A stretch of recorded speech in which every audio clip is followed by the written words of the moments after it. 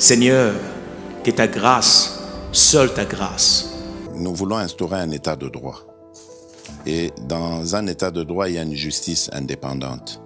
Ce n'est pas à l'individu Félix Tshisekedi de commencer à faire justice.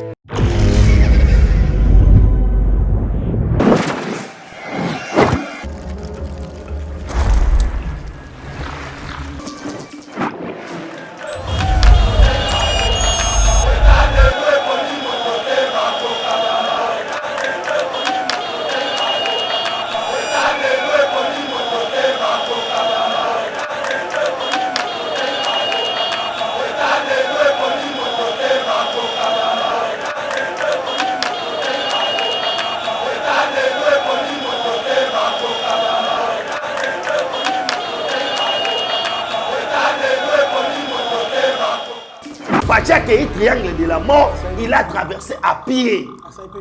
Il a fait le meeting. À la question que non, plus rien, le bas Marshal Mobutu, plus rien ne sera comme auparavant. La guerre à l'Est, c'est un slogan. Et c'est la masolo yakala. Ce que Ngobi a préparé aujourd'hui, c'était le soulèvement populaire. Comme le chef de l'État n'est pas ici là à Maputo, à l'Inga Kialobo et Inga Kinshasa pour profiter de la cible. Ils ont essayé de le faire avec Maramouya. Il y a 500 jeeps. La population n'a pas branché. Maintenant, on devait faire quelque chose. Et Nakatiwana, nous voyons les militaires de la Mouka qui viennent avec des pousses. Kochaba, tout non, t'as des mamans de pousse. Il y a un monde le babou. Bon menacé, bon cannabis soit parlementaire de vous, bon tension à Makala, des pères et des mères, beaucoup de chef de l'État. On va intimider les messieurs. Aux aïeux, tu as les bosses comme un chef de l'État. Tu n'es pas le seul conseiller auprès des chefs de l'État. Tu ne dois pas nous menacer. À Mongo, le cardinal a reçu des jeeps de la part du chef de l'État. De la part du chef de l'État. Après, na maloba na ye, batu na kala, ba pesa ngaité. Azwa ngo lisusu. Là, les gens ne souffrent pas à l'aise. Seigneur, que ta grâce, seule ta grâce. Nous voulons instaurer un état de droit. Et dans un état de droit, il y a une justice indépendante. Ce n'est pas à l'individu Félix Tshisekedi de commencer à faire justice.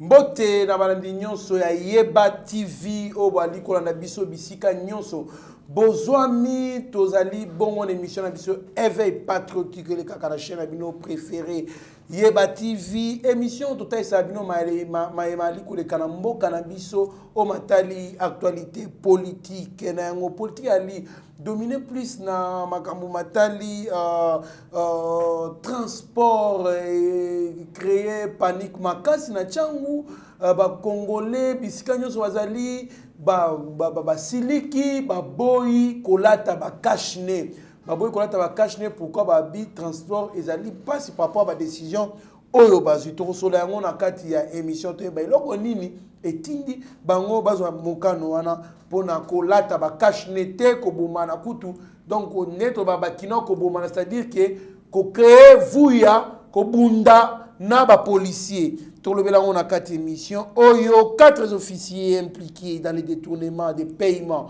des soldes des militaires. Oyo bazali sourcia ko recevoir bambongo wana ba solde ya ba militaire pe ko pesa yango na ba 21 000 hommes et 21 000 hommes au ba existaraté où il n'y a que moins de 10 000 hommes.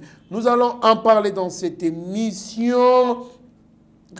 Kabila interdit les députés du RCC de prendre le jeep selon le tweet de Nemi Mwilanya, Ferdinand Kambere, secrétaire permanent adjoint du PPRD. C'est scandaleux de chercher à corrompre les élus.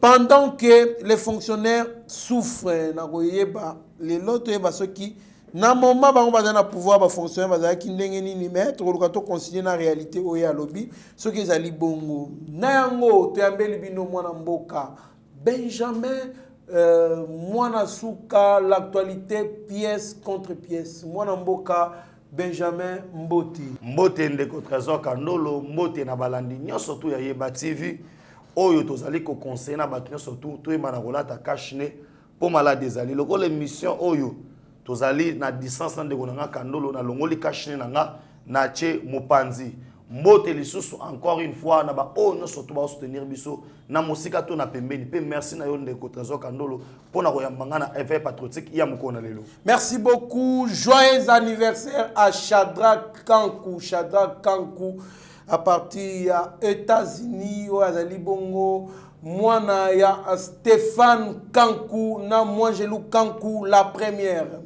Des bonnes choses, longue vie. À toi, en tout cas, Zama Pambola yo, donc Makambu na yo, Ekende Liboso, pe Okola na santé, Malamou Shadrach Kankou. Mwana mboka Benjamin mwana suka na sepeli makasi ko zalana yo esika oyo poto beta masolo mayematali politique ya mboka na biso 4 officiers impliqués dans les détournements des paiements des soldes militaires arrêtés pour détournement mwana mboka. Non, ndeko Trésor, vraiment, ça fait très mal. Ça ferait très mal qu'on landissana nous que non, bah conditions des fois bah militaires na biso, oh ils sont déplorables. Mais c'est ces mêmes gens-là, oh yo to banda ko tindi kana mindelu ya mboka na biso, ba kende ko sécuriser biso. Mais en l'entretemps, il y a une mafia, na solo ba bien. Mikolo bomo kangisa ba tu na bi que non, bo kangisi ndeko na biso maître Joël Tolobela yango, mais na robe sabino ke mokonza mboka il y a une mafia qui s'installe qui au sein ya ba forces armées na biso ba konzi na bango. Oyo ba banda ko poser ba acte oyo zala qui bien organisé pour détourner les soldes militaires. Et na munoko to ba bisi mokonza mboka liboso za ki 21 000. Après 21 000 et comme akino baza 10 000. Mokonza mboka pa lobi na kozonga Kinshasa te po Goma Beni Bukavu pezaka na Congo na vandia ba bandi ko futa bato on a payé que 5 000 c'est que 16 000 la présence de mokonza mboka 16 000 oh moi mboka zela na nuzela bandela makambo lobi na yebisi yo boye mokonza mboka lobi je vais participer moi-même na séance ya paiement ya solde ya ba militaire. C'est alors bandi ko futa devant les chefs de l'état bandi ko futa tous les militaires bazo le ko ba kozo. On a retrouvé que 5 000. Je dis bien 5 000. 16 000 mbongo kendaka wapi. Yo qu'est-ce que conséquence nango? Quand vous payez 5 000 16 000 wana tolongoli na mbongo na longo na mbongo na chompanzi. Il y a 16 000 armes. Ceux qui militaires, moi, sont armes. 16 000 armes. Oyo tamba tindaka. Et kendaka wapi. Donc, qu'est-ce qu'on a chargé? Nous qui n'a chargé quand à 25, monsieur quand à 24, monsieur quand à 36. Nachata 24 balles, pamba. Soldat moko à 24 balles. Sont reçus 24 multiplié fois 16 000.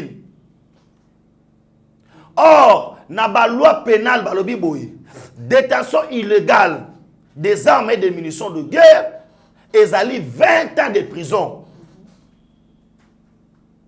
Sko boye bisangai boye bisangandi okandolo qui sont responsables de l'insécurité au sein ya mundelo mboka biso ils sont connus, c'est le régime auteur les kakala, ils ont continué avec le même système au sein de FARDC. Aujourd'hui maintenant on les biso surtout mais non, trop c'est trop. Parce que les militaires, quand ils prenaient ces armes, ils ne bomba yango, ils ne sala, et comment ils copent. Neto like ça, on a mis une vidéo. Maman ya mukolo bien Kalashnikov. Yo kaba chaîne à Massas. Maman ya mukolo. To la kesa bino awana éveil patriotique azo bisonanda ngaite. Ça veut dire ba officier comment osandi, ba ça ko copa arme. Yango utuna suko. Ba miliciens yango. ba rebelle yango ravitaillement militaire minduki ministère tout konso bazwaka yango wapi la réponse est là babanda kozwa yango au sein officiel FARDC qui travaillait contre l'intérêt du peuple congolais. Congolais font la mise. Congolais sont mayele. C'est maintenant ou jamais où nous devons réunir nos forces derrière un homme, Félix Antoine de Tshilombo, le président de la République, le chef de l'État, pour dire quoi? Pour dire à Ndeko Kandolo, et c'est de comprendre que non, c'est maintenant ou jamais. Notre nation courait de grands risques. Est-ce qu'on va niveau à bout? Est-ce qu'on peut m'expliquer? Le général Mbala, l'inspecteur général, il y a un FARDC, Rôle les années, il est censé d'inspecter. De la même manière, on a inspection générale. Na niveau, il y a IGF, na niveau civil. De la même manière, inspecteur, il y a un FARDC. Parmi ses attributions, c'est aller contrôler réellement l'effectif des troupes sur terrain. Or, la réalité est autre. Maintenant, j'ai pensé que tout le monde, la chronique, Batoile, que na Facebook, tout le monde allait dire que non, trop c'est trop le kato yeba, moro ke na wapi, mais ba doit avoir futilité. Ba doit avoir distraction. Tala ce place ma mumbo ke bandoken. Tala que 16 000 soldats. Tu vas la ba jeep te. Ah, ba kolobela ba jeep comment? Ba jeep te ba ke kolobela ma malonga. Non, parce que savent que toko banda ko découvrir, na bisa kiyo ya boire et à manger. Yango moni ko konzamboka, ndeko trésor, alobi boy. Bo juger manana nga. Ce qui n'a réussi, ton a échoué, ce n'a pas eu ça, maman SCT. Parce que mon konzamboka comprenait à comprendre déjà j'ai nos sundengezali. Papa n'a pas eu j'ai nos sundengezali. Ndeko trésor kandolo. Oebi na bamboka mususu R oyo. Bato basana ba drapeau, bato basana ba fiche, bacha ba profit na ba ok non, nous devons connaître la vérité. 16 000 effectifs à 16 000 wana et outi wapi et bando kende wapi, mais aujourd'hui tout le monde est silence radio. Mouton lo basate. C'est comment ça déclaration azate. À opposition la muka moi basa opposition azate. Mais oka député mako élection en 2023. Na kosa député, so kosa député ofandi na yo. Ofandi na yo. Merci mwana mboka Benjamin na suka ezali pasi mingi kotala biloko ya boye batu bazali wana baeba ke nombre za kana ngo bongo te mais ba bénéficier kana o yaka surplus si nombre batu wana. Voilà pourquoi la guerre à l'est ezaki aussi la te. Pourquoi? Parce que ba militaire bazali nombre moko insignifiant par rapport à ba rebelle. Tout kaka ba rebelle 1600, 1300, 1900 batiki ba arme. Ce que calculer nombre bateau o banda ko tika ba na o batika ba arme na o batika là. C'est-à-dire que ba rebelle ba les kaka ba militaire nebele. C'est ça. Même un notable, tant que Mokozamboka na kato maloba, a lobaki l'autre fois, à Kenda l'autre fois na Goma, les notables le dit quoi? Ba ebi c'est que ba responsable ya guerre au ya est. C'est le message était très fort. Hein? Ba responsable de la guerre à est. Bango wana, bofana ba na Kinshasa, bozobenga ba voisin muzuri. Ba lobaki yango. Otomoni mwana wana des zones, ba to comprendre le wasalité. Azui clé ISB à PC chef de l'État. Il y a tout à l'intérieur. Nyoso, ba mafia tout ndenge salama, ne ba bomaka bato. Nyoso, yango mona ki la teni, ya koza clé wana ISB apesa ngo na maboko chef de l'État yemoko. Ayebe ke so apesa même autour à chef de l'État ba dongolo miso basali. Toma no tanga bango bakongo. Basali, yango moni mwana na tala eloko aboye. Na pesa ngo na maboko mzuzu. Et comme le chef de l'État. Il a décidé de appeler ça. Cet enfant-là, il a compris que le chef d'État est sincère avec les pays. Et il a le souci là d'aider les pays. Ce n'est pas seulement lui. Toute l'Est de la République ont compris que non, on nous mentait. Moi, c'est mon pasteur qui m'a dit, il a demandé pardon. Ah, mais sincèrement, le chef de l'État, le président de la République, pardonne-nous. Parce qu'on était trompés. On pensait que tu pouvais venir ici. Mais passez nuit chez nous. Ndeko Kandolo, oyebi place autour de son émission ça que non. Ah Benjamin, Fachi pena oya pena na place on doit le triangle de la mort. Yonga Kassindi. On appelait Nyeleke. Benga yango ben ozo benga ngo lelo mais on appelait ça le triangle de la mort. Fatia Kei, triangle de la mort, il a traversé à pied. Il a fait le meeting. À la question que non, plus rien, le maréchal Mobutu, plus rien ne sera comme auparavant. La guerre à l'Est, c'est le slogan. Et c'est la masolo yakala. Mais la paix est comme en réalité. Et aujourd'hui, Mobutu Yabongo Yebisangaï. Nga muna lobi yango te population na est ba lobi yango bato abeni ne ba lobi ngate bato na bato abeni babi on peut raisonner les élections qu'en 2038 on a bato est bato abeni pour ba moni ba palper en réalité makambo eza ko sala mandeko na nga trésor pour dire au peuple congolais que non il le grand tato sangana parce que bandoki ba monani je demande na justice militaire ou à saisir nos 3 personnes chaîne wana 16 000 personnes bako yambo wana pas 3 personnes te cela veut dire ezali mulongo mulahi on ne doit pas assister na babiloko ya tango comme au général na ebité ba général pe bazanga na ba militaire te bazana ngote pour ya comme au bakanga chef d'état major général on a service commandé il faut kanyon infraction ben voilà OK et comme et puis balongola ka général pété balongola ke pa nani caporal soda mulongo ah ouais olongola on doit savoir la vérité. Merci beaucoup, mais moi, Namboka, Benjamin Nasuko, tout le bel camon, Boyawa, et l'équipe, mais, nga Saint-Esprit, et bien, fona le moi, non, Jason, il faut pas sécuriser. Makas. Coutu ponanga, moi, Namboka, tika, et kunade. Voilà. Moi, non, fois, il y a un président, awa. Si y a moyen, il y a un tinda, tana, poto. Parce qu'on a senti une intelligence, moko terrible. Incroyable. On a senti que cet enfant, c'est un patriote et nationaliste. Moko Zamboka, zo des zones wana tinde na poto ke kotanga ba classe akoma mutu moko munena se perfectionner azonga ya ko servir mboka. Kotike kunate. Non, ce sont ce genre de garçons ba distingaka. Ba ipataka. Comment na ekoloba eza récitation te, mon récitation. Muta koma j'ai mais il a parlé avec tout son âme. Oui, parce qu'il a senti que non, devant moi, je n'ai pas seulement un président de la République, mais j'ai un père de la nation, un père de famille.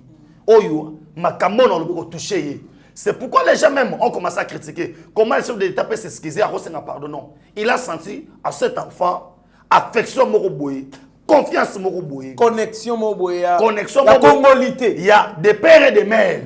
Au sentir, hein, des pères et des mères dans Bakoutani, il y a un olo baboye.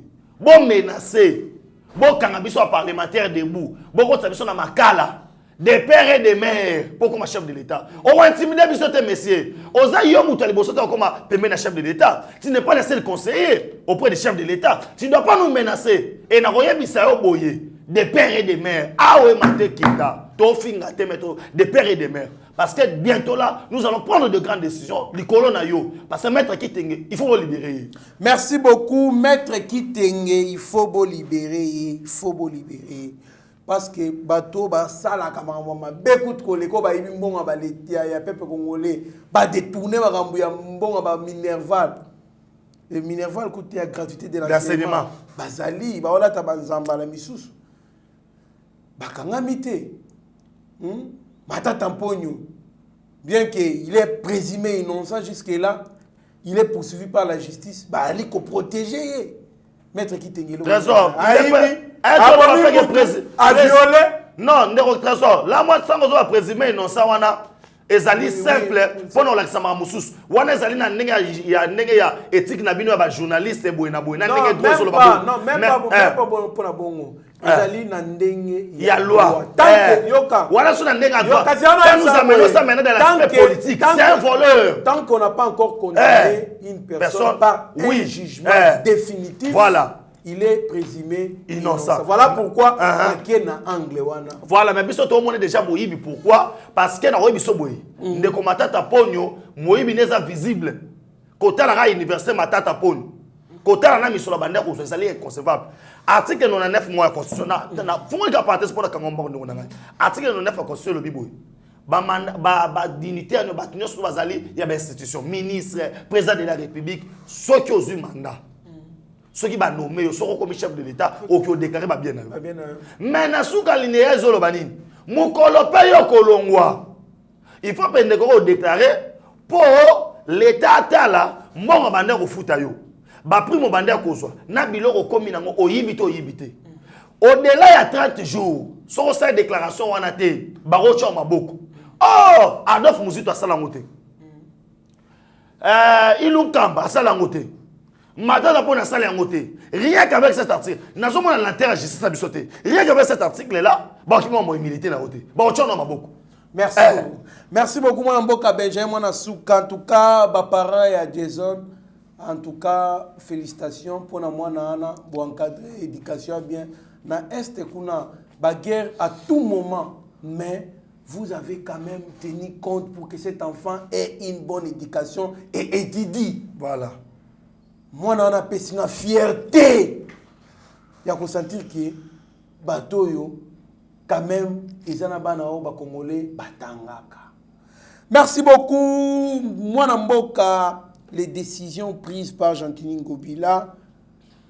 On a matali bis, matali kashne, matali banani moto et console transport et créer maman na désordre lelo na changu na bato bazao qui ne centre ville na misala.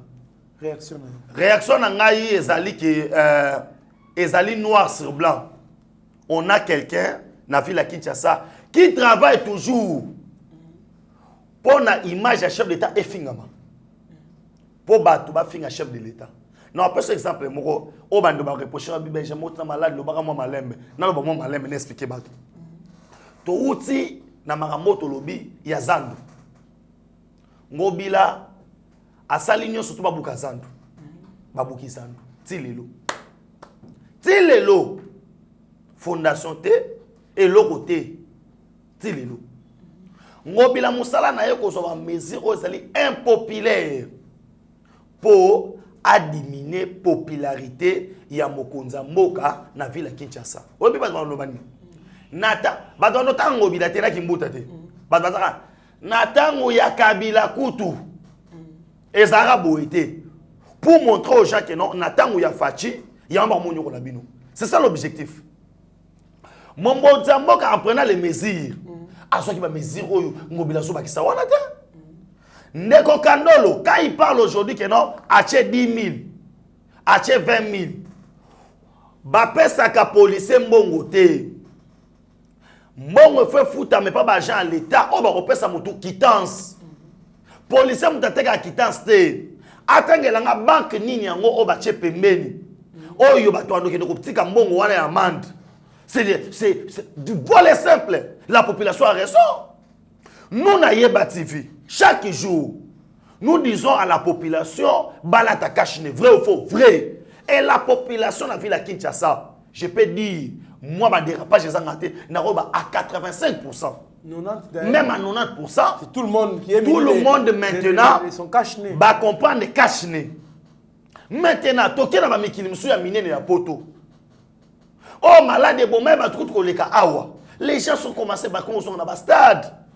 Mais, Kobeta c'était na kachine.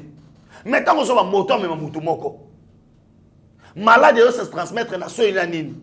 Ceux qui moutons à matin na moto à mibali baso et resorter.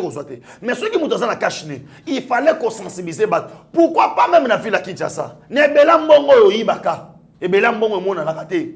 Pourquoi tu peux pas prendre même pour que non? Je donne à tous les policiers ba kachine. 1000 kachine na chaque souciat.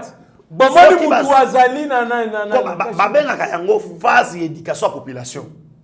Et ça la phase de sensibilisation pour dire quoi? Bakangi obongo yaka papa. Là ta kachine ya yango. Kende. On se comprend. C'est ce qu'il faut faire. Mais il veut toujours. Moi je te dis ceci de Rokado. Ce que Ngobi a préparé aujourd'hui, c'était le soulèvement populaire. Comme le chef de l'État n'est pas ici là à Maputo, à Linga Kelomo et Yinda na Kinshasa pour profiter na Sima. Ils ont essayé de le faire avec Maramou Yassiyaba. Il y a 500 jeeps, la population n'a pas branché. Maintenant, on devait faire quelque chose. Et Nakatiwana, nous voyons les militaires de la Mouka qui viennent avec des pousses. On voulait faire récupération politique dans le dossier. C'est pourquoi nous disons non et non. D'abord, j'attaque d'abord le président de l'Assemblée provinciale, Godé Poy, qui protège Otobengi Jatini Ngobila. Jatini Ngobila qui est là pour détruire l'image. En prenant des amendes Oyo sur le plan juridique, et ça en sens de mon côté. N'a pas ce que exemple, moi, on est au Kandoul. La loi est lobi nini, ce qui moutou alati kachinete. Alati kachinete, ake na la police. Oui, papa Mibeko, continue à lobby. C'est un talent qui a chinete à foutre à 10 000. Moi, on est qui wap. Bah, à la police. Parce que la police. n'a pas à policier. Est-ce que la Parce police. que moi, j'ai sauvé un gars, c'était le lundi, il y avait un jeune garçon qui juste pas dit dans mémoire les bossos. Na moni deux policiers babimi na Tinel Mombo. Ta babimi mon pas en cache-nez, moso na cache-nez te mais aza munduki. Ma moko o na cache-nez abengi o masana o azaye ko tambola masaka ayepe poliment. O point nous en cache-nez te. O éviter que ba obligé ba te faire ta cache-nez. Mbala moko azaki na cache-nez te wana. A salinete a zongi à 3 mètres na oyo a osolola na nani civil wana a koti lobo na poche na la télémina otan a koti lobo na poche azui kashne alati na la kangie photo na ndenge a bisa kangi na kangie photo ba esikoyo ye mamoko ye alunga a botolier lunette a chango na poche na ye wana na za so na téléphone na kangi photo na téléphone susu na ye wana na ye pembi na bi ndeko bokangie pona ni. Oh, alati kachinete. Mais yo, il faut avoir l'exemplaire. Yo pour la kachinete. Mon frère. En tout cas, c'est payé sacrifié. Non, un officier. Quand un moutou est censé, au moins il service à la police, armée. Et ça, service pour la discipline. Il y a conscience, rigueur. Mais quand une personne, mon frère, qui était sans cache-nez, il y a 1 minute,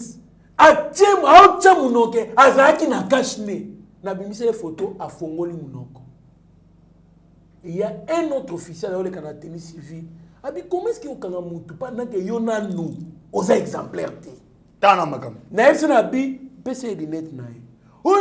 Pesa lunette na ye. Abimisi lunette na ye apesi. Bino bozala ka boye, bola kisonye boye mi ba droit. Na yesi masa toki ali bakei officier muswana mokozi.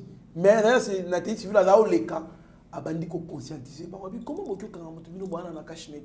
Yo zi cache-nez au tia. Quand on dit port obligatoire de cache-nez, c'est-à-dire qu'il faut ezala kaka. Attends au tia au latité. Donc c'est pour vous dire que mon frère on pouvait prendre la décision dans le sens que tout le monde cache mais tout le monde mais Trésor Kandolo, il doit prendre des mesures impopulaires parce qu'il vise quelque chose. La population qui portait le cache-nez, il a exposé combien de bateaux. Malade de se transmettre dans le la population était pour qu'on ait un cache-nez. Mais la population, ok, comme ça, mesure, oh, il y a makasi. Pour bailler un chef de l'État. Tout dans la vidéo, n'engé bazo saboter, qu'on a caché boto kutanasi.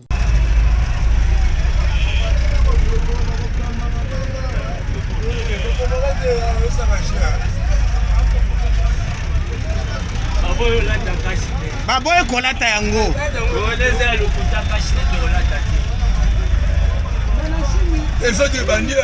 Oui.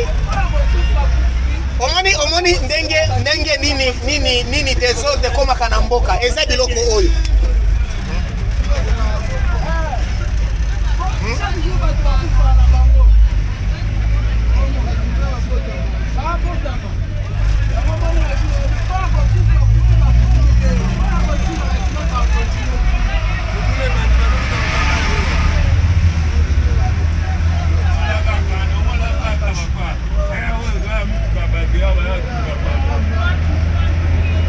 Moi, en Bokatala, population, c'est pourquoi je te dis que non, la population, oyo bandima qui cache ne, oyo bayama qui yango nesengo, ils ont saboté parce que il y a un gouverneur. Ngobila, soki yo na mutu na yo, omona ka question na komi administrateur place moko boy na komi nazo gérer place bato faut bakufa. C'est pas le cas à Kinshasa. Aweza yumbite. C'est pas la première fois. Moussa na yangwana bisika tu ya zalaka kobomisaka batu kolukaka toujours makila batu etanga Voici maintenant les conséquences. Il y a des mesures qu'on soit mesures irréfléchies, impopulaires. Pour surtout, le chef de l'État. Maintenant, la population est à niveau. Oh, tu as une troisième vague. Oh, la population, nous étant que médias, nous étant que les analystes politiques, vous étant que des journalistes, on faisait chaque jour les émissions pour sensibiliser. J'ai fait même des petits scoops partout pour dire aux gens le bienfait de la cache-nez. Mais aujourd'hui, la population a saboté cache-nez. Nous sommes en Argentine. Et au commande que gouverneur Nani, Assemblée provinciale. Et combien ça a été? Mais goné pour exemple Taliboso, il y a que fondation Magloire. Ba député le royaume. Bifunda makamama longa. Biso. Mon frère. Bifunda. Dodin poyi, oge singa soni. Oyebi na mboko ko ndo kandolo. Professeur na yote. Na pasi, nazoka pasi. Tala, na lobi boy. Na bien, na longoli ba kuto tangisanga yi. Na longoli yango. Merci beaucoup mon mboka Benjamin Nasuka. 1300 rebelles ont remis les armes na maboko ya général Ndimba Constant pour Bamonike appel à Mokozamboka pour déposer Binduki. Ils ont acquis très intéressant. Yango Bateki guerre Bazongi na Mboka. Réaction na Mboka. Réaction na ngai kande ba image soloba. Parce que on peut pas bakoser na mukolo de bakambote. Aujourd'hui, l'état de siège, ça va ou ça ne va pas. Quel est ce notable de l'Ituri où na rocha en défait le plateau A. Il y a Beni, il y a Boutembo, il y a Nani, aya na plateau. Ah ça que non, état de siège et sa positivité. C'est les résultats qui arrêtent la contestation aujourd'hui. Total dans la vidéo et bon retour ici.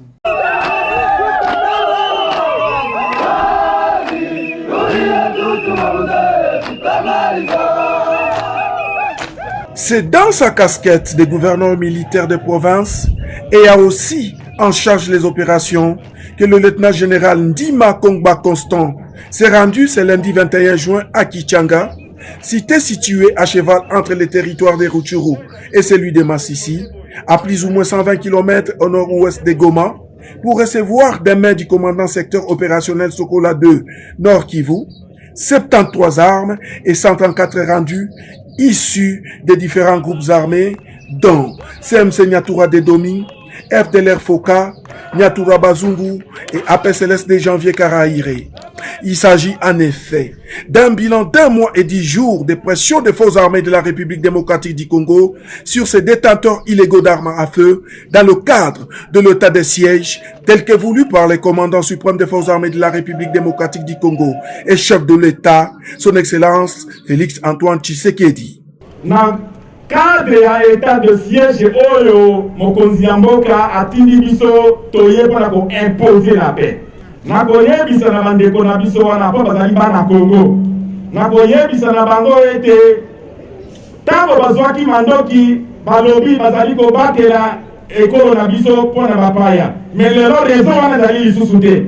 Na yango toye mpona konégocier na bango te ngonga ya négociation esi esilaki.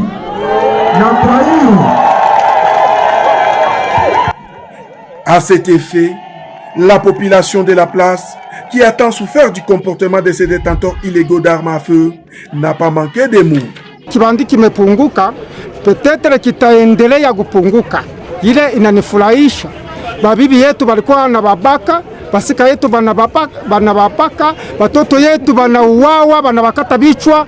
Na njo vile ikiwezekana iki militari ya kusema njo yenye imekuwa leta ya kuchungulia vyote. Inaweza wezekana kukata bubaya bwa Kibandi. Mimi nashukuru. Merci mon mboka bisoto oloba avec preuve à l'appui talanenge batiki mandoki pona bato bazo critiquer état de siège. Non, pona batu nanu obando ba kenona est balingi fachité. Dans la population ngate. Ils ont vu les images. Population a sepeli. Les lots au état de siège et faire découvrir biso malblokoni. Ba salaire au bandé koyiba. Banzele kanga maki national numéro 4 bando le kasouté. Le Congo, Moutako Utasko, Nebasa Nzela, Moutako Utana Moutuka Kobanda, Abandi Nango na guerre en Égypte, Aye Nangoti Nagoma. En attendant, relié à Nangoti na Mwanda. Talaba réalisation Mkonzambo. Kampala, Kasindi, Go. Akoti, Mobimba. Namito Tibeni asa Mobimba. Ako Uta le cœur en Égypte. Tibeni, Ana Mobimba. Namito Sada Mobimba. Pour vous dire que Bablo Foto Lobela Yangwana. Evre Yangwana. Aujourd'hui, ce qui était rêve, tala mindu kyo ba ministre baso ngwapi. Ba mindu kyo baso ngwapi. Kasi ya 16,000 hommes. Mais yangwana solo bat. Il y a 16,000 hommes. 16,000 hommes. Babato on pesa bango wana kaka. Mais coup de chapeau na Constant Ngimbi. Mon général, yao yangwana. Très bien mapinga mboka. Mokonza mboka pa lobige non, a rolongwate. Si babato surtout na Scorpion na Léopard, ba kita na est. Pour commandement déjà ya chef d'état-major Égypte a ça déjà out. Merci beaucoup. Moi Namboka Benjamin Mwana Souka Tokomi Nasuka émission de la dossier 500 Jeep mais je ne trouve pas ça opportun parce non, il faut tout expliquer à vous. Parce que Zali Jeep Oyo une entreprise privée de mon commandant qui donc a commandé en accord na Assemblée nationale mais ma commis quoi attribuer à mon Mboka. Non, d'abord je dois expliquer quelque chose à Mwana. Les gens ne comprennent pas. Mokonzi ya mboka na biso. Parmi les investisseurs il fallait baya Hyundai il faut y na Congo. Aya ko installer ba dosala ba Jeep na bilo na Congo. Oui, tout à fait. Ton a signé na silisa yango parce que les gens ne savent pas les détails. Tant que le qui mango na so kino na énumérer place na bombaki. Ndeko trésor. La société en question Hyundai a moni que non. Parmi les clients à Marcas, c'est entre autres l'Assemblée nationale. Je pense au chat vidéo, il y a rapporté à l'Assemblée nationale. Total. Maintenant, expliquez-nous, on va comprendre les locaux. Société wana, le roi Ndimiko a investi dans RDC, à l'obino. Notre nom Mituka. Oh, il y a la publicité. Et le roi marketing, mais oh, il y a 5 l'Assemblée nationale. Au moins, la banque Moko. Ceux qui ont l'Assemblée nationale, pour battre l'efficacité de Mituka na bango, ba valeur à sa puissance Mituka ne quoi. L'Assemblée nationale via banque. Est-elle le chef de l'État? Est-elle l'unité? Bateau va s'en maquiller le wana. Ba ça il compte mon ya banque centrale. Oh yo, ba ko ça l'enquête sur avec non, les chefs de l'État instruisa qui banque centrale na compte boyer, ba vira qui ba dekisa qui mbongo boyer. Wana kutu total à moté. N'est-ce qu'on a deuxième élément? On a la société a accepté d'installer dans le Congo, a une Mituka na ye, Assemblée nationale, comme étant institution. Oyo Azali, indépendant na ye moko, andimiko qui ne reçoit Nyongo.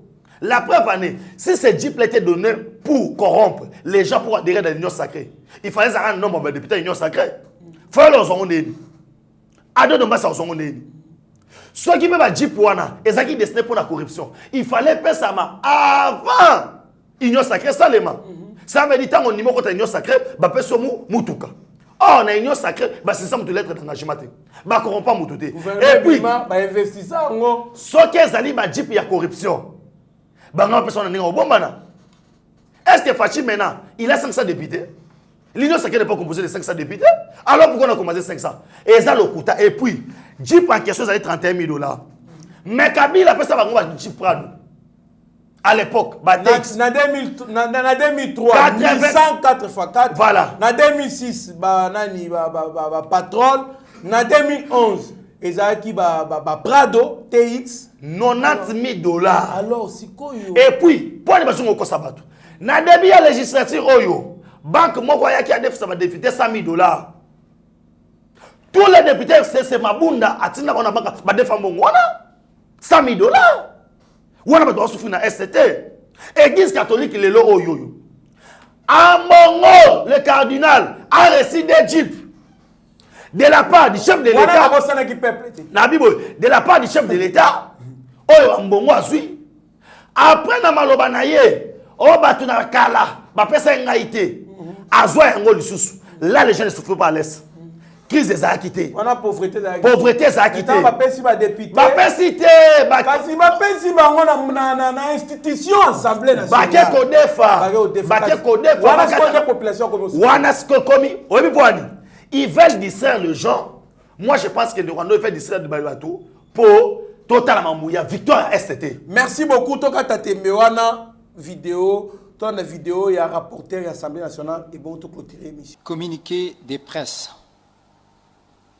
À la suite des informations tendancieuses distillées dans l'opinion au sujet de l'opération d'achat de 500 jeeps destinés aux honorables députés nationaux, le bureau de l'Assemblée nationale tient à apporter à l'opinion publique ce qui suit. Les jeeps commandés par le bureau, comme à chaque législature, seront accordés à crédit aux honorables députés. Chaque institution a ses traditions et ses pratiques. À l'Assemblée nationale, à chaque législature, il a été décidé que les bureaux acquièrent des véhicules et les distribuent aux députés nationaux. C'est ainsi qu'en 2003, il y a eu des Jeeps Nissan X-Trail. En 2006, des Nissan Patrol. En 2011, des Toyota Prado TXL. L'octroi des Jeeps aux honorables députés participe à la prestation sociale de ces derniers et procède de l'engagement pris par les bureaux de l'Assemblée nationale de donner un sens élevé au mandat représentatif et au statut des parlementaires. L'Assemblée nationale a été renouvelée à plus de 90% pendant plus de 2 législatures. Les honorables députés nationaux se rendent aux travaux de la plénière et des commissions à moto et en taxi. L'Assemblée nationale a enregistré beaucoup d'accidents. Merci mon Mboka, je pense que nous avons commenté ça sur commentaire déjà avant toute vidéo. Tu comme la sous émission Nabiso, la caméra est Steve Konde H de les petits génies. Na chagio tu dis mais chaque pourquoi pas Rabi Mokoko OPC la malobano ya suka. Merci beaucoup Trésor Kandolo, merci à Batou Balanda Kibiso et l'autre est Sabino que non Congo za biso surtout to soutenir Mokonza Mboka pour tout le gana okende liboso. Ba imboka so batomboka ki bozana kimia. Bola ta toujours cachiné. Un malade des ali bola ta toujours cachiné. Bo cédé na babiloko ongo bilazo ya nango wana te parce que nous n'allons pas accepter qu'un individu a fini sa Mokonza Mboka au profit ya bato bazotinda ye. To sepe na ngote. Na pesi mbote na bino nyonso to na bo sanité ba o to soutenir biso. De l'orbe de près les amis de mes amis moi na suka na Maroc mais na komisa bandeko boy to lona. Oza besoin oza intéressant mambu ya bilanga na makambu ya élevage numéro na téléphone ezali pona pesa o piste de détail. Piste 243 9 70 40 89 57. Piste 243 9 70 40 89 57. Soit au commun na Facebook Benjamin Mwanasuka. Merci beaucoup. Merci beaucoup Mwana Mboka Benjamin Mwanasuka. Et que c'est mon mingi. Ya ko partager na au plateau moko tolinga mboka na biso petola tabakash ne pour éviter maladie to sokola maboko à tout moment to garder la distanciation. En tout cas, mais tous allez corriger la décision et aller causer, mais allez pour rendre mon Mboka impopulaire et puis pour nous la tout problème dans le sens qu'il y a vous il y a ebima désordre pour le soulèvement ebima mais en tout cas nous demandons au chef de l'État de bien en tout cas revenir sur certaines décisions dans le sens qu'il y a que baba na ba terrasse par rapport à na daki yo na ebi ki okanga ki ngoto ka ba boîte de nuit na ba discothèque, bar, qui bat les cas plus de 20 personnes et puis distanciation ils la respecter. Mais à notre grande surprise, les policiers va aller baba réseau salati. En plus de cela, cache-nez pour une unité cache-nez parce qu'on a maboko mais transport ils parce que na kolata cache-nez na koboya batuma mataimba na moto koboya batuma mata 4 na kiti moko na DCC. Ezaka kandenge moko puisque batamba makolo baoluka transport bazali trop entassé et puis maladie wana ezokabwa makaka. Merci beaucoup na baetu balanda kibiso Stéphane Kanko Mangelu Kanko la première Chacho Pipo de Madrid Zéphie Lomele. Merci na batu nyonso to balanda biso président Chito Chachino président Chim bien surtout oyo bozali bisika bozali Obenchi Swaka bozali belé triple poumon bino nyonso to boyebake bozali na motema. Tobosa Eric Moubiala, DG Shadrack Lolo, Batunion surtout Oyo Bakompara, Batif pour récit, Bozala branché sur Batif Boza décité, mieux vaut être maître de silence que plutôt esclave de ses propres mots. Merci. Seigneur, que ta grâce seule ta grâce. Nous voulons instaurer un état de droit. Et dans un état de droit, il y a une justice indépendante. Ce n'est pas à l'individu Félix Tshisekedi de commencer à faire justice.